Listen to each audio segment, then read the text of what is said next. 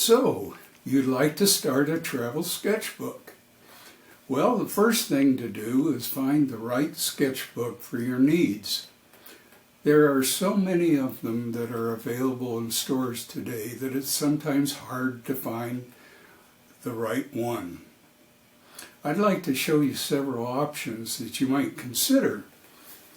Now, first of all, this is a very inexpensive sketchbook. It has very smooth pages. That's very nice for pencil and for pen and ink work. Not so good for watercolor, however. Now, one of the sketchbooks that I like so well is made by Moleskine from France. This company has been making beautiful sketchbooks for over 100 years. This is one that I can carry in my breast pocket when I'm traveling.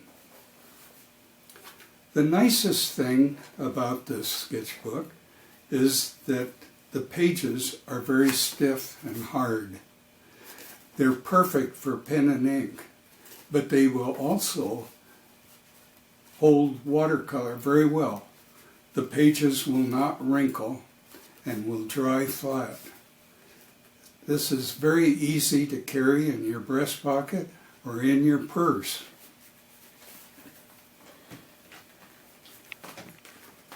This is another Moleskine book, and it's a little larger, as you can see, and possibly a little harder to carry, but it provides the same excellent paper, and these are available in several different sizes.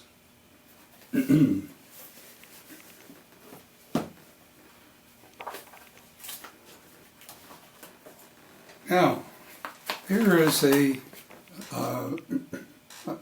linear type of sketchbook, and I keep it in a plastic bag so that I do not soil it when I open to paint. The linear format has many advantages, and many of them you don't think about your scene until you try putting it in a linear format, such as this. I carry the sketchbook in a plastic bag. I take it out and I put the plastic bag over the part that I've already finished painting. This way I can fold it back over, place it on my knee, and begin to paint. This way I prevent the previous painting from being soiled.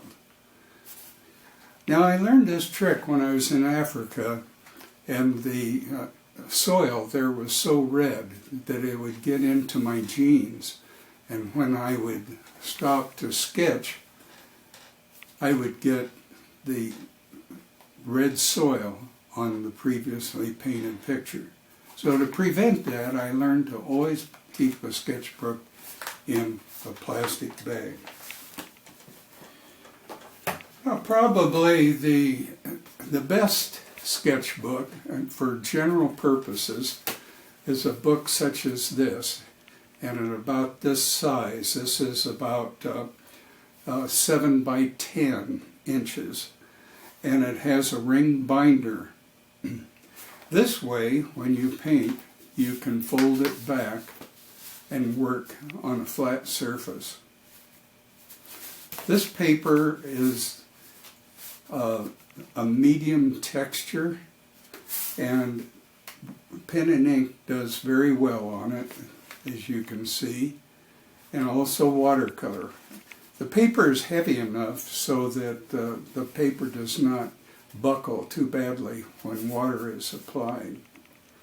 For all-around purposes, this is probably the best sketchbook. However, I'm a sucker for sketchbooks in the store, and I'm always picking up different ones. This sketchbook is a leather-bound, handmade watercolor paper. And you can see some of the sketches which I've done. The texture of this, being handmade, is very, very rough. So sometimes certain subjects that you wish to paint will not work so well here. But it's a beautiful paper, and it's usually the handmade papers are very expensive.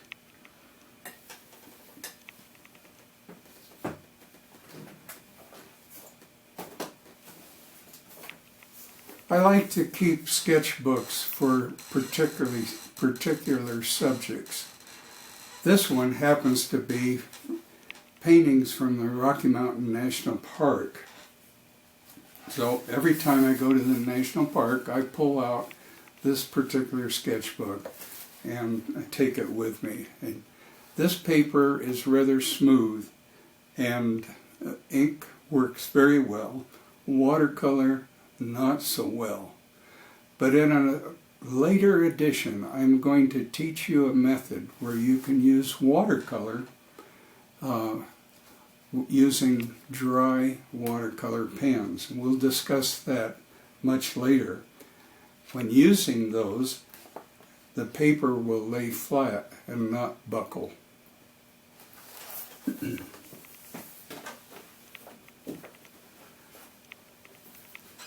When choosing a sketchbook, look for the book that has the heaviest paper, because you will do the best work on the heavier work. The papers are divided into hot pressed, which is very smooth iron paper, medium texture, and a rough. I would suggest you use the medium for most of your artwork. Quality is very important to developing really nice sketchbooks. Also, brushes are important. It pays to buy the very best, and I would suggest using travel brushes, which can be covered the brush end in a way that will protect that brush for many years of wonderful service. Another trick that I learned early on was to number my pages in my sketchbook.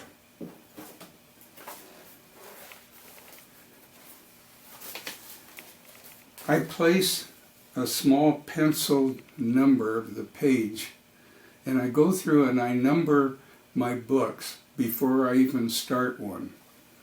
The reason for that is that when you place the plastic bag over the cover of your book and turn it over, sometimes it's easy to turn it upside down. I'm embarrassed to say that in several of my books I have a number of upside down paintings. I learned to number the pages before I begin a sketchbook, and that way I can always look down and orient my book before I begin. Next time, we'll take up the subject of making some very attractive covers for your sketchbook. You will probably develop several sketchbooks, and you will want to tell them apart. The way I tell my books apart are by the pictures that I place on the cover of the book, such as this, and I know that this one was from Africa. I know this book is from Alaska. So, thank you for coming today, and we will be teaching